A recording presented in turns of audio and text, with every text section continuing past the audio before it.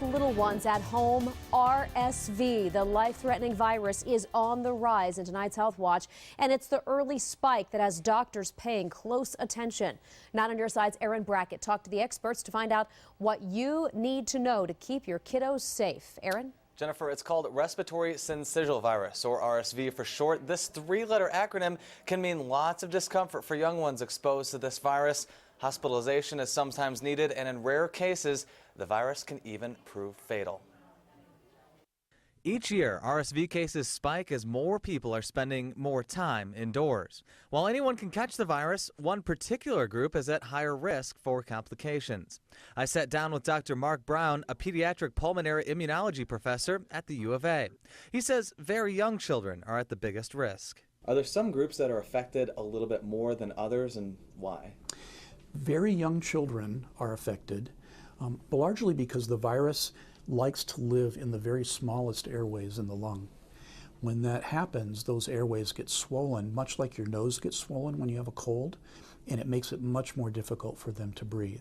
While the virus is around all year, it's most prevalent in the winter. And according to the Arizona Department of Health, this year's increase is early. Can you give us an idea of how the cases this year have compared to years past? Sure. So this year, we've been seeing a little bit earlier of both an RSV and influenza flu season.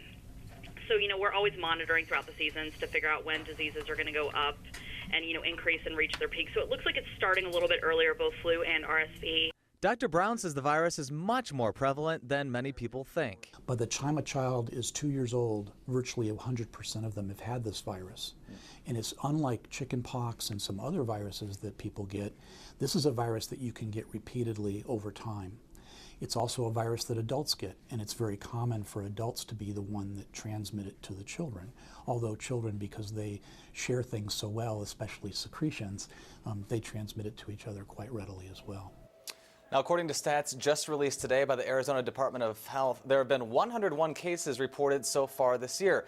May not seem like a lot, but that's 30 more than this same time last year. Doctors say frequent hand washing and cleaning children's toys are good ways to stop the spread of the virus. Live in the newsroom, Aaron Brackett, KGUN-9 on your side. Aaron, having 2 little ones at home, I know that children and babies are at higher risk, but are there some other groups that could see some serious complications? Yeah, actually, Dr. Brown told me patients who have had a bone marrow transplant have a staggering 50% mortality rate if they catch the virus. Jennifer. Well, and the key here is to get into the doctor as soon as you can if you think you might have it. Aaron, thanks so much.